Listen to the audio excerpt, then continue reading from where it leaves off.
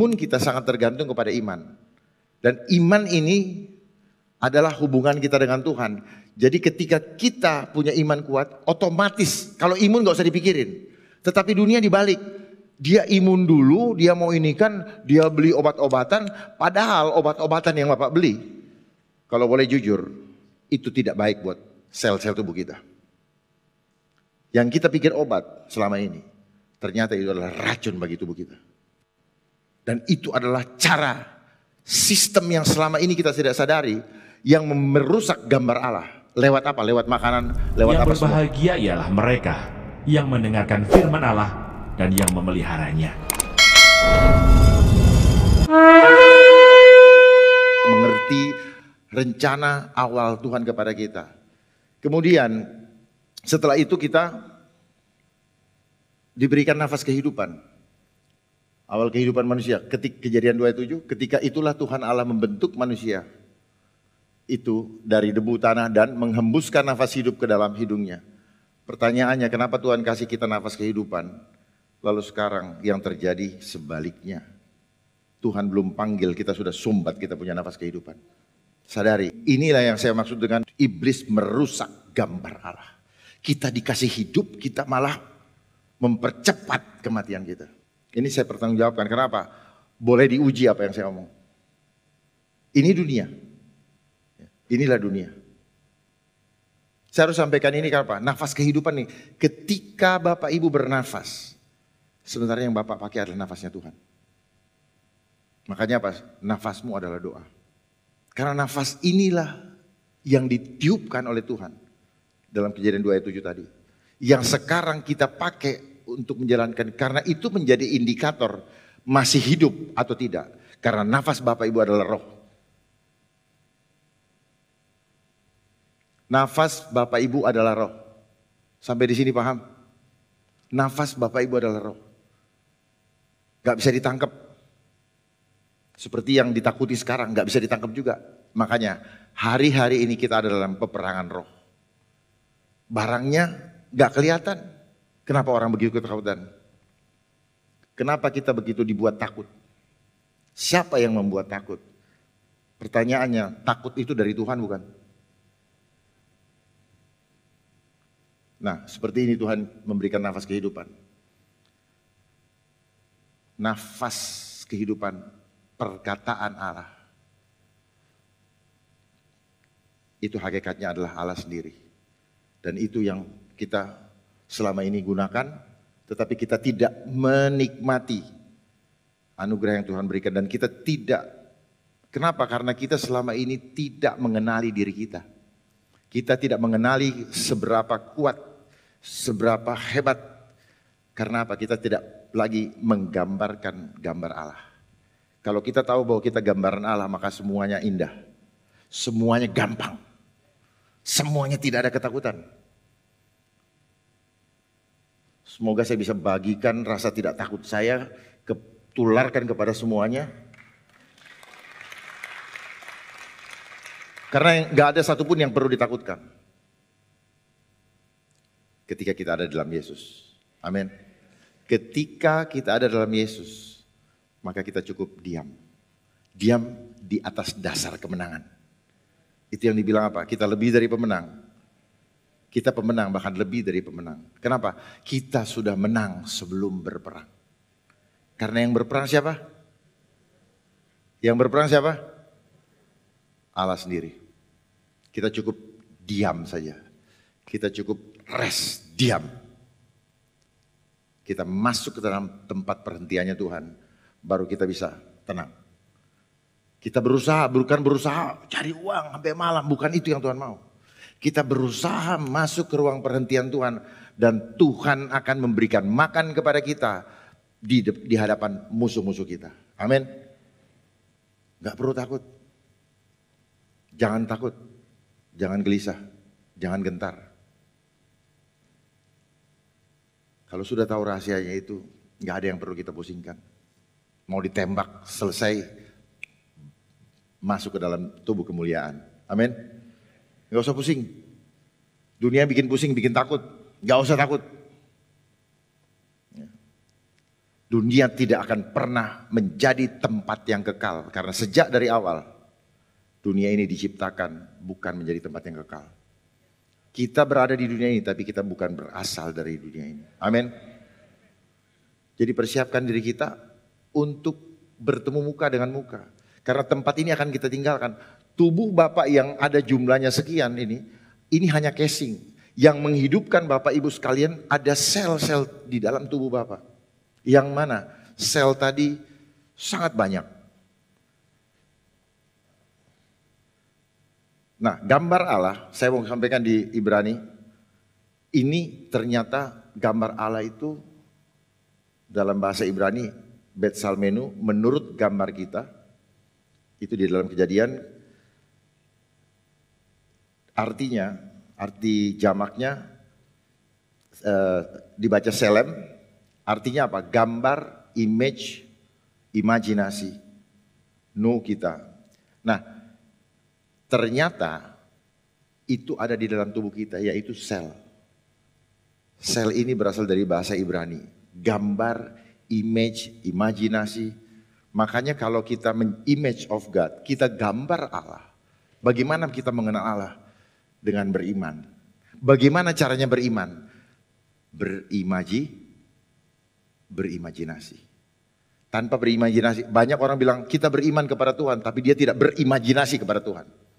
Dia justru berimajinasi terhadap gambar apa saja yang disampaikan, yang diperlihatkan kepada kita setiap hari, bukan gambar Tuhan. Dan inilah iblis, cara iblis memainkan alam bawah sadar kita. Alam bawah sadar itu kalau dalam bahasa rohani alam roh. Tanpa sadar kita dimanipulasi. Ini yang kita kenal dengan tipu muslihat iblis. Mestinya kita melihat kebenaran, karena kita ketipu, kita tidak bisa melihat kebenaran itu. Pertanyaannya, tanya kepada diri masing-masing, apakah kita selama ini sudah tertipu? Yes, tertipu. Tertipu. Kita selama ini sudah tertipu oleh apa? Oleh manipulasi cara berpikir logika yang dibangun terbalik dengan iman. Makanya orang yang pakai logika pasti tidak beriman kepada Tuhan. Dia berimannya kepada logika yang dibangunkan di sekolah mereka. Makanya pada ketakutan, orang-orang yang bertitel tinggi, orang-orang yang melewati pendidikan, semuanya saat ini saya lihat menjadi orang yang penakut. Dulu gagah ketika masa aman, karena banyak uangnya. Karena di sekolah diajar mengenal angka 1, 2, 3, 4, 5, 6, 7, 8, 9, 10. Kalau 10 dia punya, saya punya 5. Tanpa disuruh sombong, dia sombong. Betul? Dan itu yang dikejar kita. Dan kita selalu diintimidasi oleh angka-angka yang diberikan di sekolah. Sampai dengan sekarang. Angkanya di bank banyak, senang. Angkanya kurang, stres. Angka statistik kematian ditampilkan, ketakutan. Lalu imannya hanya berdasarkan angka. Inikah yang disebut dengan gambaran Allah? Tidak, iblis ingin merusak gambar Allah. Kita sedang digiring untuk keluar dari gambar Allah. Ingat, di angka-angka itu adalah simbol. Dan di angka-angka itu ada kekuatan magicnya, ada rohnya. Yang membuat ketika orang punya 10, dia pasti merasa lebih hebat dari 5. Dan itu sudah diproses sejak kita sekolah. Ya. Sejak kita sekolah. Dunia ini ingin menyeragamkan kita. Cara berpikir kita seragam. Supaya kita melihat kebenaran juga seragam. Kebenaran yang palsu juga seragam. Supaya kita sama-sama digiring oleh iblis masuk ke dalam lautan api. Karena dia inginnya yang banyak. Makanya dia bikin seragam. Orang yang sudah pakai seragam menganggap orang yang tidak pakai seragam itu musuh. Itulah cara dunia. Seperti yang terjadi sekarang. Sedang diciptakan suatu kondisi di mana yang seragam, yang benar. Yang tidak seragam, tapi ingat ketika zaman Nuh tidak seragam. Nuh tetap bertahan dengan apa yang taat dengan apa yang Tuhan suruh. Orang lihat, orang mengatakan Nuh orang gila. Tetapi ketika waktunya tiba, semua yang menyatakan dia orang gila menyesal. tetapi menyesal kemudian tidak ada gunanya. Itulah kelemahan orang-orang yang pakai logika. Selalu terlambat mengantisipasi apa yang ada di depan. Karena dia melihat dengan mana datanya, mana jurnalnya, mana buktinya. Iblis lebih pintar. Dia bermain di depan dengan sesuatu yang tidak terlihat. Makanya kita selalu terlambat. Tetapi bagi orang-orang yang hidup dekat dengan Tuhan, Tuhan akan kasih tahu nanti akan terjadi begini. Masuklah alam roh. Makanya kita selalu tertipu dengan udang di balik batu. Ya. Saya datang, senyum pura-pura baik. Bapak Ibu tidak tahu hati saya seperti apa. Dan akhirnya saya tipu Bapak. Akhirnya Bapak kecewa. Saya nggak nyangka Bapak ini gini. Itu. Kita diajar dari dulu untuk menjadi orang pembohong. Kenapa? Karena kalau tidak dilihat orang, saya boleh ngomong yang berbeda. Sadar nggak kita kalau selama ini kita digiring lewat pendidikan-pendidikan yang kita lewati untuk menjadi orang-orang yang hipokrit, orang-orang yang munafik, orang-orang yang tidak diajarkan untuk jujur dalam hidup.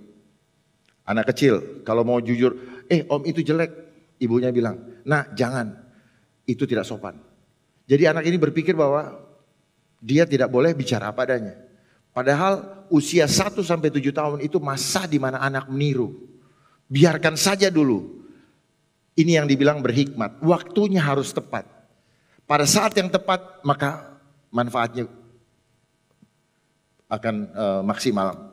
Bermanfaat buat kita. Makanya Tuhan bilang apa?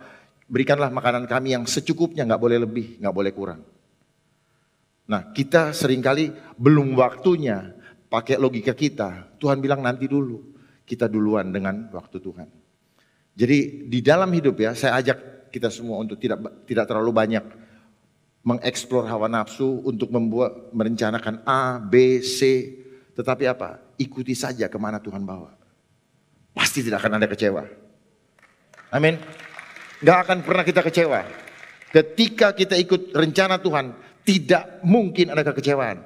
Dan sering kali saya dengar, saya pun mungkin dulu begitu. Oh Tuhan belum menghendaki. Bukan Tuhan belum menghendaki. Kita yang berjalan di luar rencananya Tuhan. Jadi kebiasaan kita sudah dilatih untuk selalu menyalahkan Tuhan. Kita yang bekerja akhirnya kecewa. Banyak yang kecewa kepada Tuhan. Dalam hati saya, siapa kamu kecewa sama Tuhan? Jadi ini yang saya mau tekankan. Sel inilah gambar Allah dari bahasa Ibrani. T-S-E-L. TS ini sada, dibacanya sada artinya kebenaran. EL ini Elohim. EL ini Elohim atau Allah. Perhatikan handphone yang ada di tangan bapak-bapak. Disebut apa? Cellular phone. Dia meniru persis. Dia ingin menggantikan gambar Allah. Cellular phone. Karena dia bekerjanya persis dengan sel. Meniru sel manusia. Berinteraksi dengan sel tubuh orang lain. Berinteraksi dengan alam. Dan berinteraksi dengan Tuhan. Sel. Makanya sel bapak ibu kalian ini berhubungan sebenarnya. Bapak mungkin ngomong berbohong. Tetapi tubuh bapak, sel bapak gak bisa bohong. Your body never lies. Dan ini udah diuji. Kalau bohong pasti gemetar. Gak akan pernah bisa bohong. Gak akan pernah. Ayo kita buktikan. Cuman karena gak diajar kita pikir. Nah sistem ini ngajarin kita supaya kita apa? Masuk ke dalam dosa. Kita gak ngerasa kita berdosa. Ngeri kan? Itulah tipu muslihat. Makanya lebih ngeri ular daripada singa. Kalau singa mengaum-ngaum. Kalau ular dia dengan kelicikannya. Makanya musuhmu adalah si iblis bagaikan singa yang mengaum-ngaum. Kalau singa mengaum-ngaum, orang sudah tahu dia datang. Tapi iblis dengan halus. Makanya Simpson itu jatuh karena cara ular menggunakan Delila. Mengaum-ngaum. Dia tidak bisa, dia hanya bisa mengaum-ngaum. Gak bisa makan orang anak-anak Tuhan yang bersama Yesus. Gak bisa mau. Dia hanya memakan yang lemah. Yang jauh dari Tuhan. Itu yang dia makan. Yang lengah. Jadi perhatikan baik-baik ini. Catat. Sel itu dari bahasa Ibrani T-S-E-L. Lihat, ada satu apa ya? Nanti saya perlihatkan gambar-gambar. Gambar-gambar yang di sini sudah ada Bapak lihat, cuman Bapak nggak sadari di dalam kehidupan kita sehari-hari. Nanti ada satu logo, di situ ada gambar sel dan dicengkram oleh teknologi. Teknologi ini yang akan menghancurkan kita. Jadi gambar sel itu seperti gambar yang sudah Bapak Ibu perhatikan selama ini. Makanya di cellular phone itu disebut cellular handphone kita. Nah ini dia mau menguasai mindset kita. Inilah yang menghancurkan kita selama ini dan membuat kita tidak bisa keluar lagi dari situ. Kita selalu pegang dan di situ ada rohnya. Saya kasih tahu di situ ada rohnya. Ada spirit, benda mati, benda hidup semua ada spiritnya. Kalau Bapak Ibu lihat lambang Mercy, begitu punya Mercy, jalannya lain. Jalannya begini. Betul. Karena apa? Ada spiritnya. Kenapa orang suka pakai sepatu Hermes? Pasti orang Manado suka lah gitu. Karena orang Manado kan paling keren lah kalau di Jakarta itu. Hermes lah, apa ya, Louis Vuitton. Di situ ada spiritnya. Nah, kenapa kita beli? Karena Bapak Ibu suka dilihat di iklan.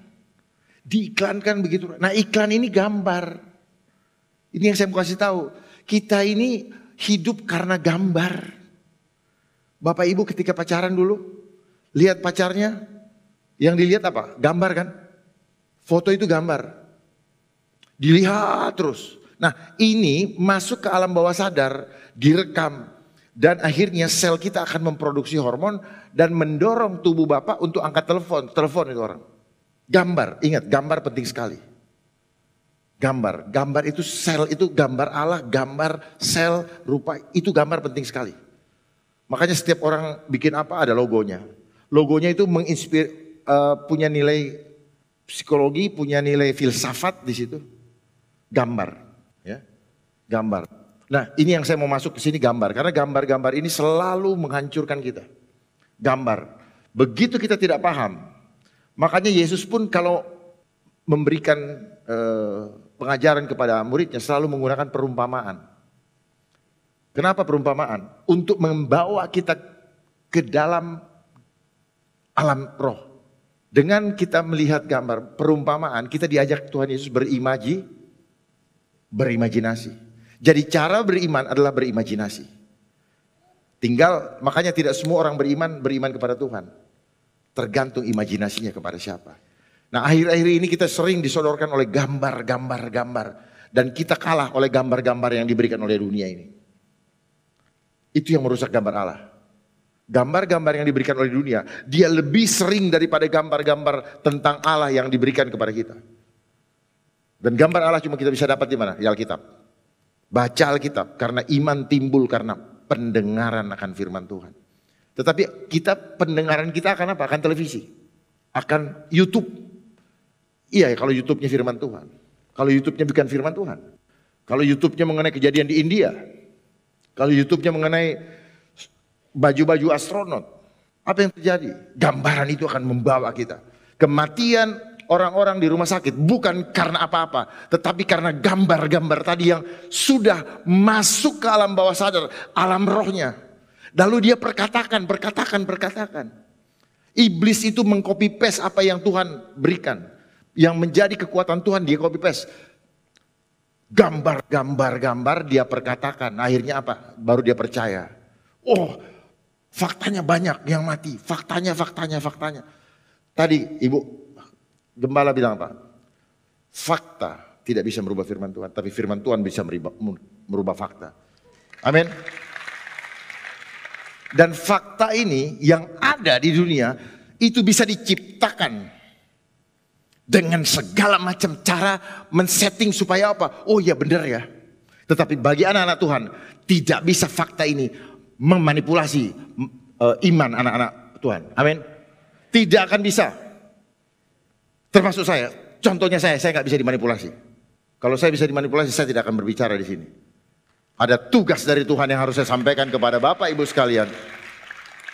Makanya saya siapkan diri saya untuk apa?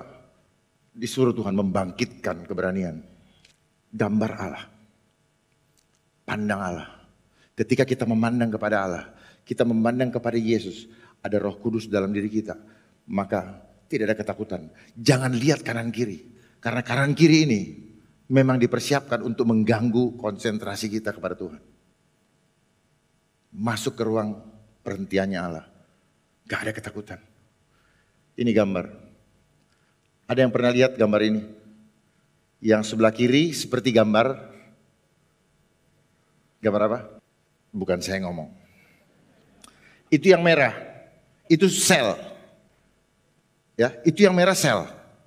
Yang mencengkram itu teknologi. Ini ilustrasi, tetapi maknanya dalam. Dan nanti lihat, ketika 5G sudah berjalan, maka sel kita akan dikendalikan. Sel kita akan dikendalikan oleh teknologi itu. Kemanapun kita pergi, tidak ada satupun yang lolos. Jadi pada awal dulu kita sudah dijadikan gambar Allah. Gambar Allah rusak gara-gara apa? Gara-gara dimulai Kejadian 3 ayat 15, perseteruan, Tuhan mengadakan perjanjian antara ular dengan keturunan perempuan itu. Bahwa ular nanti akan diinjak. Dan aku akan mengadakan permusuhan antara engkau, ular setan, dengan wanita, yaitu Hawa, dan antara benihmu, Ibrani, Zera benih, dengan benihnya. Dia akan meremukkan kepalamu dan engkau akan meremukkan tumitnya. Jadi ini mulai terjadi awal di mana iblis mau merusak gambar Allah. Dia sekaligus membalas dendam. Makanya orang yang punya hati dendam itu ada roh iblis. Sekarang di akhir-akhir ini banyak orang saling serang menyerang, enggak peduli dia hamba Tuhan. Kata serang hanya dilakukan oleh iblis. Roh jahat yang menyerang. Enggak pernah Roh Kudus menyerang. Roh Kudus selalu memberikan apa? Damai sejahtera. Dia memberikan kemerdekaan. Tidak ada seorang pun yang ada di dalam Yesus Kristus mendapat hukuman. Amin. Kemerdekaan. Jadi ini hal yang harus dipahami semua. Yang serang berarti dia sudah keluar dari gambar Allah. Yang dendam dia keluar dari. Yang takut juga sama. Karena apa? Di dalam Allah tidak memberikan kepada kita roh ketakutan. Tetapi roh yang membangkitkan kekuatan. Kekuatan apa? Iman. Kasih. Kasihnya apa? Sempurna. Ketertiban. Sepenuhnya tunduk kepada Allah. Tidak 1/4, tidak 3,5, tidak 3/4, tidak 7/8, tidak 99/100, tetapi 100/100 sepenuhnya. Amin. Banyak di antara kita yang ya begini, ya begitu, berhikmatlah. Ya. Saya boleh uji kata-kata yang mengatakan hikmat, tetapi takut. Tubuhnya, mulutnya bilang dia berhikmat, tetapi selnya, gambar Allahnya, tubuhnya tidak melambangkan atau tidak menggambarkan gambar Allah lagi. Dan saya bisa praktekkan, saya bisa buktikan itu. Tubuh bapak ibu bicara.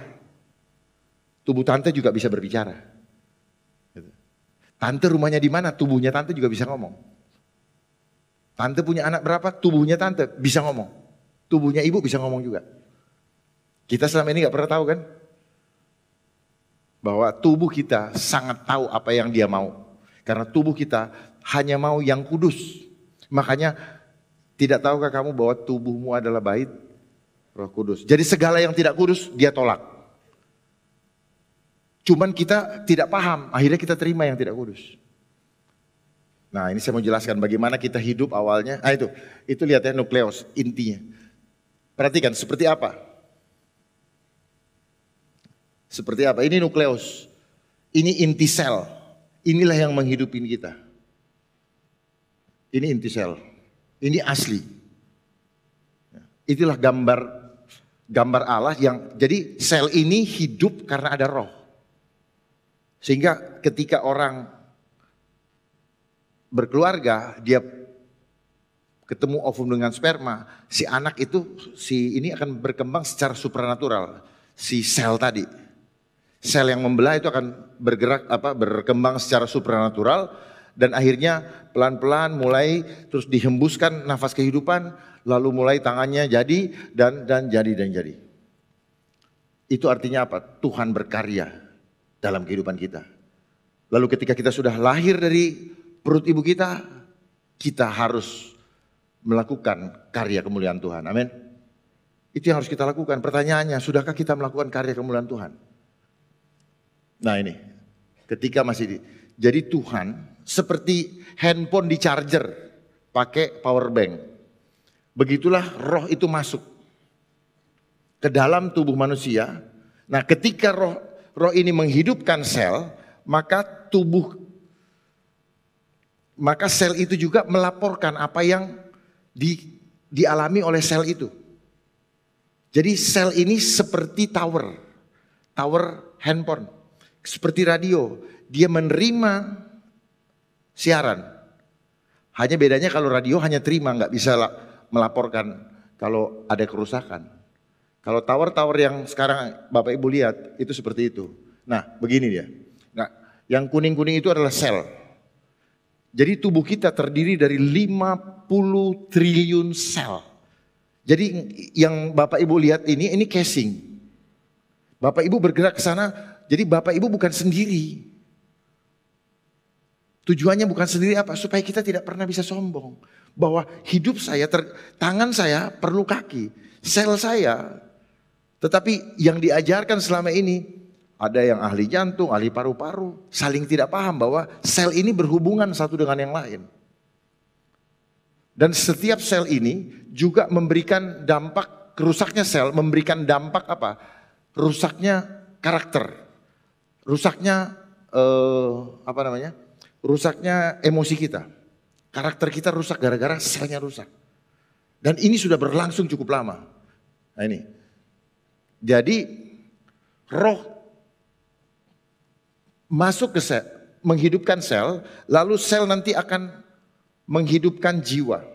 Jadi jiwa ini munculnya setelah selnya hidup. Sel inilah yang menghasilkan pikiran, perasaan, dan kehendak. Dari pikiran kehendak. Nah setelah jadi manusia hidup, bagaimana bisa kita berpikir, oh takut, merasakan ini? Dengan cara melihat. Melihat, mendengar. Melihat, mendengar. Kita terima, masuk lewat mata, direkam oleh sel, lalu sel akan menghasilkan pikiran, menghasilkan informasi, pikiran dan perasaan. Nanti kalau nggak paham tolong dicatat, tanyakan saya. Nah seperti ini. Dia melaporkan kembali. Nah itu. Jadi dosa kita itu dilaporkan oleh sel di dalam tubuh kita. Jadi kalau kita ngomong jangan ngawang-ngawang. Di dalam tubuh kita itu ada instrumen. Jadi begitu hati kita nggak senang sama orang, itu juga Tuhan tahu, di print di surga. Di print kelakuan kita. Itu yang disebut tidak ada yang tersembunyi di depan Tuhan. Pasti terbuka. Ya. Jadi kehidupan kita, berkat kita itu mengalir setiap saat. Cuman kitanya yang tidak mengerti bahwa Tuhan udah kasih, kitanya yang nggak buka. Tuhan kasih, kitanya yang sumbat. Sumbat dengan segala macam. Pola pikir, pola makan, dan yang lain-lain. Itu yang membuat kita tersumbat. Jadi masalah kesehatan ini bukan masalah besar di depan Tuhan. Terlalu kecil. Harus mengerti ini. Nah ini. Nah itu frekuensi yang ke sana itu. Jadi tubuh kita ini bisa merasakan, tubuh Bapak Ibu bisa merasakan apa yang sebenarnya tidak nyaman dari orang lain. Jadi kita semua ini sebenarnya berinteraksi satu dengan yang lain. Dan tidak bisa tersembunyi. Berikutnya. Jadi orang satu dengan orang lain ini bisa menularkan. Kalau Bapak Ibu ketakutan, nah ketakutan ini menular. Dan spirit semangat orang kuat, orang tidak takut, itu bisa ditularkan juga. Amin. Seperti ini. Mobil bisa mempengaruhi saya. Saya jadi sombong.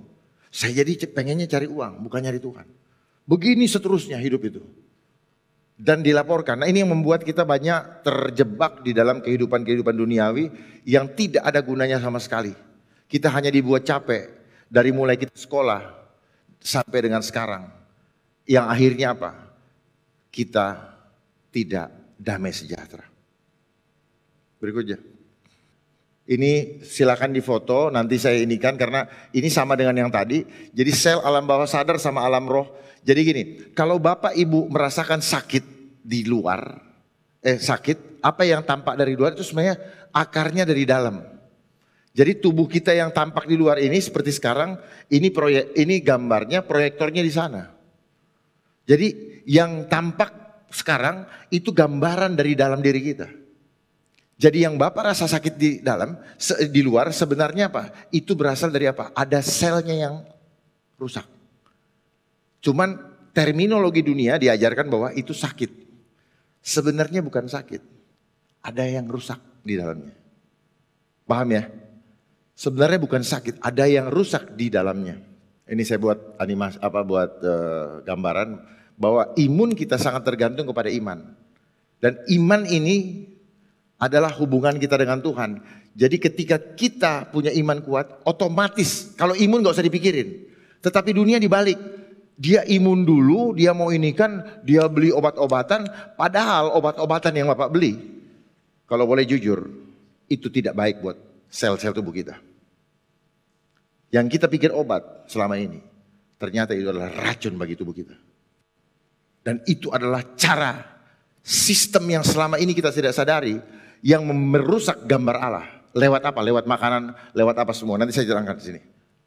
Tubuh kita harus harmoni antara tubuh, jiwa, dan roh. Selama ini banyak kita tidak mengenal, kita tidak memahami bahwa apa yang terjadi di tubuh itu diakibatkan oleh jiwa dan roh. Jadi di luar tubuh, yang nampak, tubuh ini yang kelihatan mata. Yang tidak kelihatan mata itu alam roh. Yang kelihatan mata ini fisik, yang non fisik ini alam roh. Jadi begitu bilang, aduh pikiran saya gak enak, itu masuk dalam alam roh. Itu alam supranatural. Hati saya sakit hati, nggak kelihatan kan? Itu alam roh. Sebenarnya itu alam roh. Cuman nggak, dunia tidak mau mengajarkan kita untuk bahwa semua itu ada hubungannya. Makanya kalau kita berobat ke dokter, beliau hanya tahu bahwa obat yang dikasih. Padahal apa? Sumbernya dari dalam. Saya harus sampaikan di sini karena ini kebenaran. Sumbernya dari dalam. Karena pada masa nenek moyang kita dulu, dokter-dokter tidak ada. Tidak ada. Tetapi mereka punya umur panjang umur. Kenapa? Karena mereka hidup dari alam. Hatinya tidak pengen ini, pengen itu, pengen ke Amerika, pengen tas Hermes, pengen apa. Nggak bikin pusing sendiri. Betul. Ini masalahnya di situ. Kita menganggap kita sudah modern, padahal kita adalah makhluk yang paling lemah. Yang siap dilahap oleh iblis. Gara-gara apa? Ya gara-gara kita dibikin menjadi orang-orang yang hanya mengenal yang kelihatan mata. Kita hanya mengenal batunya. Itunya kita nggak kenal, udangnya kita nggak kenal. Jadi segala sesuatu yang sekarang sedang terjadi, belajar, lihat, ada udang di balik batunya. Ada udang di balik batunya. Ada hidden agendanya, ada agenda tersembunyi. Semua yang terjadi di sini. Tetapi semua bersandiwara. Untuk apa? Untuk membuat kita semua tertipu. Tapi anak-anak Tuhan saya katakan sekali lagi. Tidak akan pernah tertipu oleh apapun juga. Nggak akan. Jangan takut. Jangan takut. Anak-anak Tuhan tidak pernah gentar terhadap gertakan. Tidak. Gertakan gigi siapapun tidak akan pernah gentar. Dan itu Bapak Ibu harus tampakkan dari mana? Dari mata. Dari kemuliaan Tuhan yang orang bisa lihat. Jangan cuma mulut dong. Seluruh tubuh, jiwa, dan rohmu harus menyembah. Kalau cuma mulut, kalah. Kalau kita berdiri di atas pemahaman 5 panca indera kita, maka kita akan menjadi orang-orang yang lemah. Kita mudah ditipu muslihat oleh iblis. Karena kelemahan kita apa? Kita percaya kalau kita melihat. Padahal konsep Tuhan percaya, berkatakan, melihat. gelap, jadilah terang. Ketika Tuhan mengatakan jadilah terang, masih gelap. Dia perkatakan, maka jadilah terang. Jadi sistem yang sekarang nonton, lagi rame ini, ngomong terus kita. Sebenarnya kita sedang mengamini, mengimani itu terjadi. Karena konsepnya apa?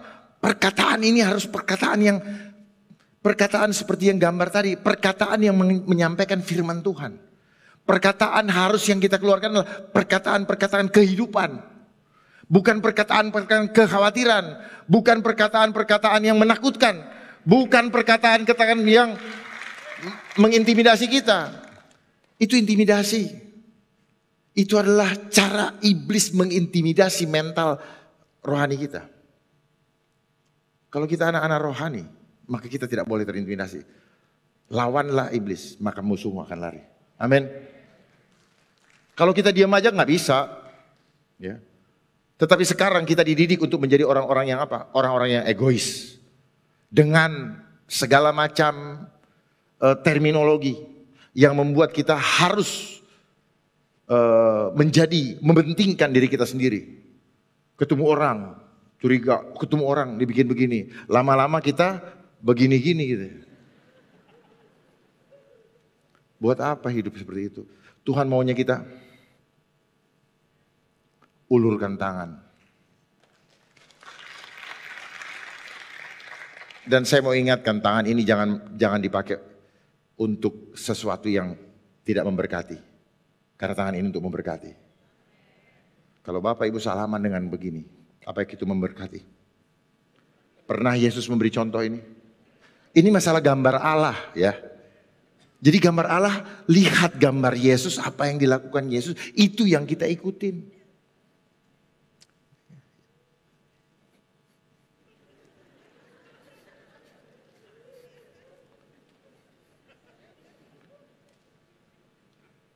Ada yang pernah melakukan seperti itu? Kenapa melakukan seperti itu? Karena mengerti atau karena bodoh? Atau karena tertipu? Tertipu terus mau diterusin? Gambar Allah tidak akan pernah tertipu. Gambar Allah tidak akan pernah tertipu. Jadilah gambar Allah yang sesungguhnya. Jangan menjadi gambar Allah yang KW. Makanya muncul KW. Gambar Allah original, wah itu powerful sekali. Kalau gambar Allah yang KW itu akan gampang awas loh, kalau nggak mau stop dari pekerjaan. Ikut, itu gambar Allah KW. Shalom, haleluya. Begitu gini, ya habis mau gimana lagi? Itu bukan gambar Allah. Kalau gambar Allah, berapapun harganya, terima. Amin. Itu gambar Allah. Gambar Allah tidak pernah takut. Tetapi tidak melawan secara fisik. Cuma cukup tersenyum. Pandang terus. Segala ancaman, pandang terus dengan senyum. Malaikat Tuhan bekerja. Ketika kita beriman, kita sedang menarik perhatian Allah. Dan ketika kita berkata amin, malaikat Tuhan boleh bekerja. Amin. Mungkin kita melihat keadaan masih sama. Tapi percayalah, seperti akar dia hidup dan pohon ini akan mulai kuncup. Seperti Tuhan bekerja. Apabila ada yang sakit juga demikian. Ketika kita beriman, amin, mulai kesembuhan terjadi. Ada prosesnya. Sama seperti ketika Yesus mengutuk pohon ara. Saat itu masih hijau. Besok pagi kering. Semua dimulai dari dalam. Dan dari dalam terpancar keluar. Jagalah hatimu dengan segala kewaspadaan. Karena dari dalam terpancar kehidupan. Amin. Ini kuncinya. Jadi apa yang di dalam ini yang memancar keluar. Ini yang gambar ini dari sana. Dia terpancar, Bapak Ibu lihat. Nah, Tuhan, kita harus memancarkan, menggambarkan apa yang Tuhan sampaikan. Tuhan mau kita lakukan. Jangan gambar-gambar yang lain. Itu yang Tuhan mau. Nah, saya ini kan ke sini. Inilah di tangan ini ada kekuatan. Makanya kalau kita angkat tangan ini maksudnya apa? Menerima berkat, menerima kekuatan dari surga, menerima energi dari Tuhan. Karena energi itu yang menghidupkan Bapak Ibu sekalian. Ini saya bisa berjalan ini karena energi dari Tuhan. Dan energi dari Tuhan bekerja secara sama seperti listrik. Makanya kita suka kesetrum. Kenapa elektronik belajarnya dari mana? Dari tubuh kita bekerja. Makanya dia biarin dulu, dia dagangin dulu. Ini bekerjanya secara itu. Secara supranatural Tuhan kasih roh, kemudian darah ibu bisa naik turun. Itu karena listrik di dalam tubuh kita. Sadar gak itu? Bukan sekedar dari sononya begitu, enggak. Ada listriknya. Makanya listrik ini sangat berbahaya ketika apa? Dimanfaatkan atau dibikin korslet. Orang-orang yang dipakai dukun dihantam begini, langsung apa?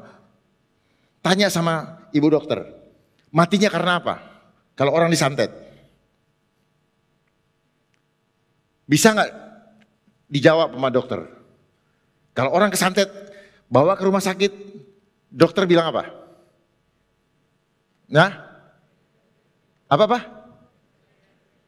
Nggak dengar. Serangan jantung. Serangan jantung, betul serangan jantung. Kenapa harus serangan jantung? Karena cuma itu yang bisa ditahu. Tahu nggak dari mana serangannya? Gak tahu. Gak tahu kan Bu? Gak apa-apa, mumpung ibunya, Bu Gembalanya dokter. Dan ibunya baik. Gak tahu. Kenapa 50 triliun sel itu dibikin korslet. Dia kirim ke sana, tek gitu. Padahal begitu di di check up sehat secara teknologi sehat, tetapi caranya apa? Dibikin korslet itu, tak, pss, baru dibilang, oh ada jantung, serangan jantung. Artinya apa? Beliau-beliau juga nggak ngerti dari mana asalnya, nggak ngerti. Saya buktikan nggak ngerti. Karena apa itu? Itu dibikin korslet. Nah, itulah yang menghidupkan darah ibu naik, bapak turun, naik turun, naik turun, naik turun. Terus kemudian tersumbat selnya, darahnya, maka dia akan, ketika dia tersumbat pelan-pelan mulai bapak ibu merasakan apa? Ada keluhan. Dan keluhan itu lama-lama akan semakin bertambah. Ya, lihat tuh, di tangan kita ada kekuatan. Ini tubuh kita. Perhatikan, ini tubuh kita yang tadinya masih mulus dan masih bagus sekali, tetapi akhirnya dihancurkan. Silakan diiniin biar saya ini. Dan ini yang dihancurkan. Terus lihat gambar ini. Inilah gambaran Allah. Seperti ini. Gambar Allah itu seperti ini. Mukanya cheer up. Dan kekuatannya luar biasa. Kekuatannya luar biasa. Dan ini bisa dibuktikan. Bahwa kuat sekali ketika, ini energinya bagus sekali. Coba pandang baik-baik. Tidak ada yang tidak tersenyum melihat itu. Tidak ada. Karena dia memancarkan kemuliaan Tuhan. Mau bentuknya bulat, mau kayak apa. Tetapi, coba lihat, pandang baik-baik. Selnya dia connect sama ibu. Dia punya kekuatan luar biasa. Sayang ini jauh, kalau dekat bisa diuji. Jadi tubuh kita bisa dites semuanya. Ya, muka yang bagaimana, hati yang bagaimana. Gimana ya saya emang ini. Bapak aja. Bapak boleh? Boleh sama Pak David. Saya harus praktekkan. Karena kalau nggak dipraktekkan, ya, orang-orang nggak paham bagaimana tubuh kita ini adalah gambaran Allah. Jadi perkataan kita ini punya kuasa. Bapak ini kan badannya six pack. Saya tekan ke bawah, Bapak tekan. Tahan ke atas Pak, yang kencang. Tahan ke atas ya. Oh, kuat. Kuat. Kuat ya, Pak. Tahan, Pak. Tahan. Kasih lurus ya. Tahan. Gak kuat.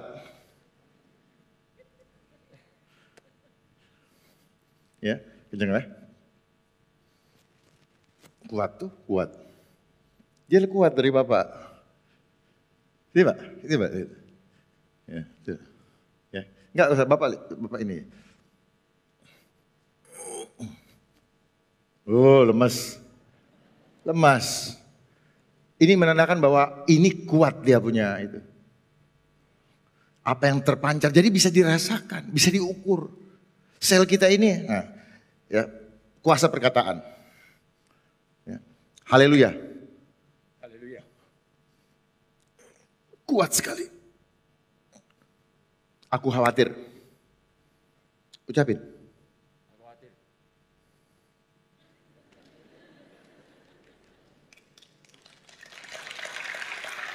Jadi kuasa perkataan itu harus betul-betul diimani. Amin. Kuasa perkataan jangan main-main. Ini adalah kuncinya kita beriman. Perkatakan, belum melihat. Dunia melihat, perkatakan, baru percaya. Kalau Tuhan belum melihat, percaya, perkatakan, dan melihat. Amin. Polanya berbeda. Cara dunia memanipulasi kebenaran, disuruh lihat dulu. Makanya kita dikasih TV, lihat. Wow, segala macam. Terus udah karena seringnya kita lihat, mulai ngomong nih. Ngomongin kata-kata itu. Wah ini, itu, si ini. Ngomongin terus. Berapa banyak yang kita ucapkan tentang kata-kata itu. Gara-gara melihat, mendengar. Lalu kita perkatakan, akhirnya apa?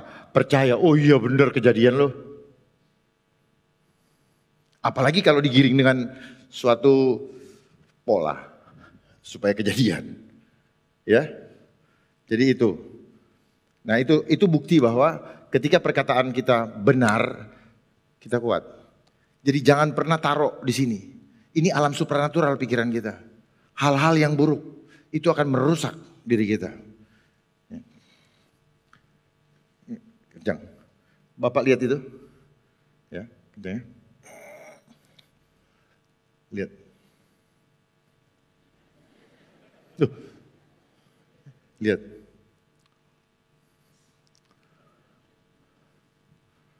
Lihat anak kecil.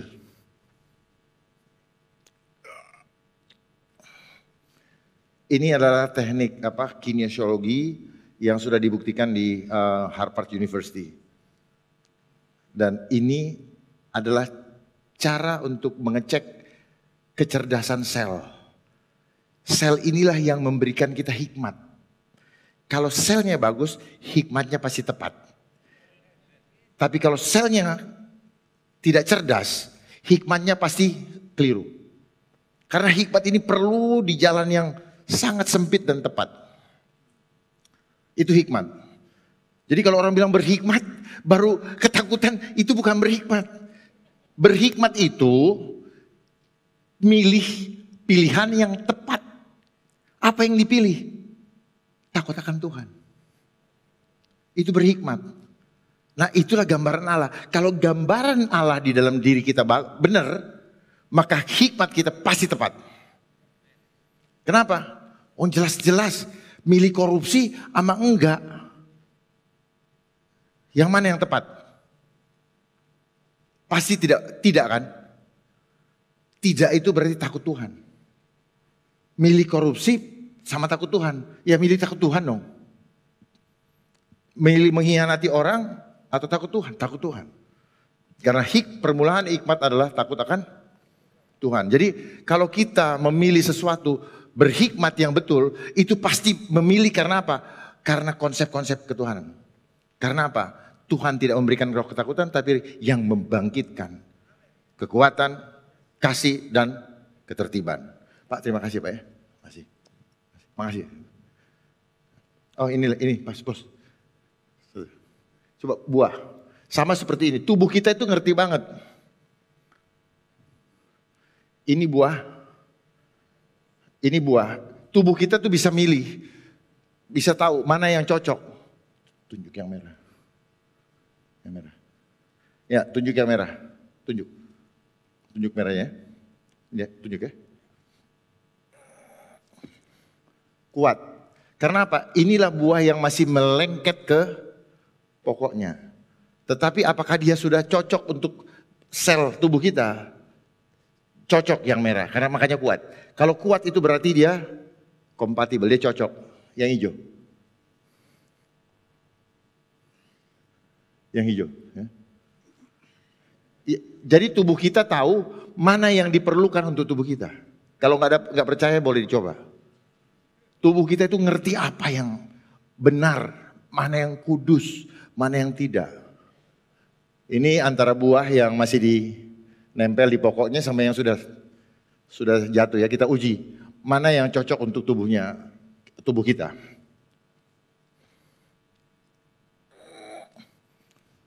Ini yang sudah jatuh dari pohon. Nah, seperti itulah kalau kita suka jauh dari pokok anggur.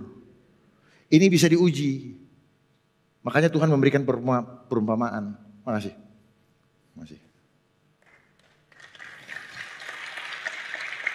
Ya, jadi ini kita harus selalu menempel di saat-saat yang seperti saat ini.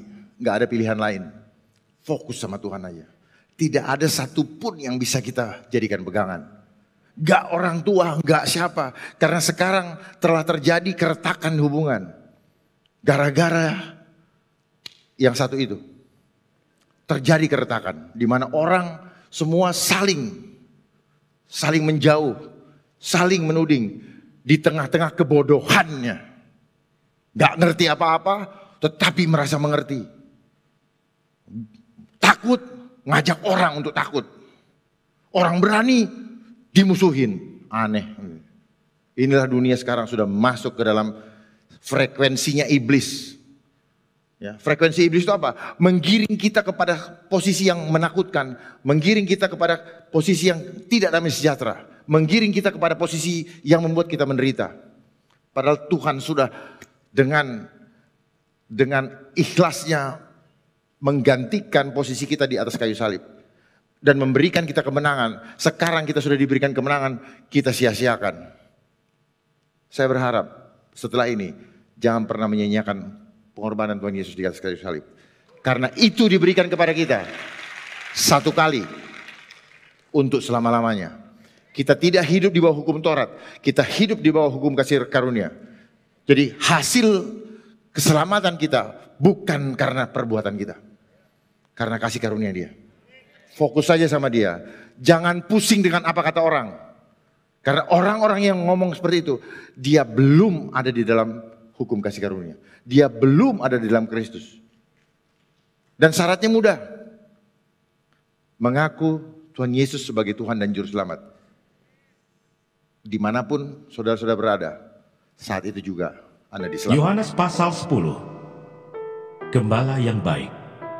Aku berkata kepadamu, sesungguhnya siapa yang masuk ke dalam kandang domba dengan tidak melalui pintu, tetapi dengan memanjat tembok, ia adalah seorang pencuri dan seorang perampok. Tetapi siapa yang masuk melalui pintu, ia adalah gembala domba. Untuk dia penjaga membuka pintu, dan domba-domba mendengarkan suaranya, dan ia memanggil domba-dombanya masing-masing menurut namanya, dan menuntunnya keluar. Jika semua dombanya telah dibawanya keluar, ia berjalan di depan mereka, dan domba-domba itu mengikuti dia, karena mereka mengenal suaranya. Tetapi seorang asing pasti tidak mereka ikuti, malah mereka lari daripadanya, karena suara orang-orang asing tidak mereka kenal. Itulah yang dikatakan Yesus dalam perumpamaan kepada mereka, tetapi mereka tidak mengerti apa maksudnya. Ia berkata demikian kepada mereka. Maka kata Yesus sekali lagi, Aku berkata kepadamu, sesungguhnya akulah pintu ke domba-domba itu. Semua orang yang datang sebelum aku adalah pencuri dan perampok, dan domba-domba itu tidak mendengarkan mereka. Akulah pintu. Barang siapa masuk melalui aku, ia akan selamat, dan ia akan masuk dan keluar dan menemukan padang rumput. Pencuri datang hanya untuk mencuri, dan membunuh dan membinasakan. Aku datang supaya mereka mempunyai hidup dan mempunyainya dalam segala kelimpahan. Akulah gembala yang baik. Gembala yang baik memberikan nyawanya bagi domba-dombanya. Sedangkan seorang upahan yang bukan gembala dan yang bukan pemilik domba-domba itu sendiri, ketika melihat serigala datang, meninggalkan domba-domba itu lalu lari, sehingga serigala itu menerkam dan mencerai-beraikan domba-domba itu. Ia lari karena ia seorang upahan dan tidak memperhatikan domba-domba itu. Akulah gembala yang baik, dan aku mengenal domba-dombaku, dan domba-dombaku mengenal aku, sama seperti Bapa mengenal aku, dan aku mengenal Bapa, dan aku memberikan nyawaku bagi domba-dombaku. Ada lagi padaku domba-domba lain yang bukan dari kandang ini. Domba-domba itu harus kutuntun juga, dan mereka akan mendengarkan suaraku, dan mereka akan menjadi satu kawanan dengan satu gembala. Bapa mengasihi aku oleh karena aku memberikan nyawaku untuk menerimanya kembali. Tidak seorang pun mengambilnya daripadaku, melainkan aku memberikannya menurut kehendakku sendiri. Aku berkuasa memberikannya dan berkuasa mengambilnya kembali. Inilah tugas yang kuterima dari Bapakku. Maka timbullah pula pertentangan di antara orang-orang Yahudi karena perkataan itu. Banyak di antara mereka berkata, "Ia kerasukan setan dan gila. Mengapa kamu mendengarkan dia?" Yang lain berkata, "Itu bukan perkataan orang yang kerasukan setan. Dapatkah setan memelekkan mata orang-orang buta?" Yesus ditolak oleh orang Yahudi. Tidak lama kemudian tibalah hari raya pentahbisan Bait Allah di Yerusalem. Ketika itu musim dingin, dan Yesus berjalan-jalan di Bait Allah, diserami Salomo. Maka orang-orang Yahudi mengelilingi dia dan berkata kepadanya, "Berapa lama lagi engkau membiarkan kami hidup dalam kebimbangan? Jikalau engkau Mesias, katakanlah terus terang kepada kami." Yesus menjawab mereka, "Aku telah mengatakannya kepada kamu, tetapi kamu tidak percaya. Pekerjaan-pekerjaan yang kulakukan dalam nama Bapakku, itulah yang memberikan kesaksian tentang aku. Tetapi kamu tidak percaya, karena kamu tidak termasuk domba-dombaku. Domba-dombaku mendengarkan suaraku, dan aku mengenal mereka, dan mereka mengikut aku. Dan aku memberikan hidup yang kekal kepada mereka, dan mereka pasti tidak akan binasa sampai selama-lamanya, dan seorang pun tidak akan merebut mereka dari tanganku. Bapakku yang memberikan mereka kepadaku lebih besar daripada siapapun, dan seorang pun tidak dapat merebut mereka dari tangan Bapa. Aku dan Bapa adalah satu." Sekali lagi orang-orang Yahudi mengambil batu untuk melempari Yesus. Kata Yesus kepada mereka, "Banyak pekerjaan baik yang berasal dari Bapakku yang kuperlihatkan kepadamu. Pekerjaan manakah di antaranya yang menyebabkan kamu mau melempari aku?" Jawab orang-orang Yahudi itu, "Bukan karena suatu pekerjaan baik, maka kami mau melempari engkau, melainkan karena engkau menghujat Allah, dan karena engkau, sekalipun hanya seorang manusia saja, menyamakan dirimu dengan Allah." Kata Yesus kepada mereka, "Tidakkah ada tertulis dalam kitab Taurat kamu, aku telah berfirman, kamu adalah Allah? Jikalau mereka kepada siapa firman itu disampaikan disebut Allah, sedang kitab suci tidak dapat dibatalkan, masihkah kamu berkata kepada Dia yang dikuduskan oleh Bapa dan yang telah diutusnya ke dalam dunia, engkau menghujat Allah, karena aku telah berkata, aku anak Allah? Jikalau aku tidak melakukan pekerjaan-pekerjaan Bapakku, janganlah percaya kepadaku. Tetapi jikalau aku melakukannya, dan kamu tidak mau percaya kepadaku, percayalah akan pekerjaan-pekerjaan itu, supaya kamu boleh mengetahui dan mengerti bahwa Bapa di dalam aku, dan aku di dalam Bapa. Yang berbahagia ialah mereka yang mendengarkan firman Allah dan yang memeliharanya."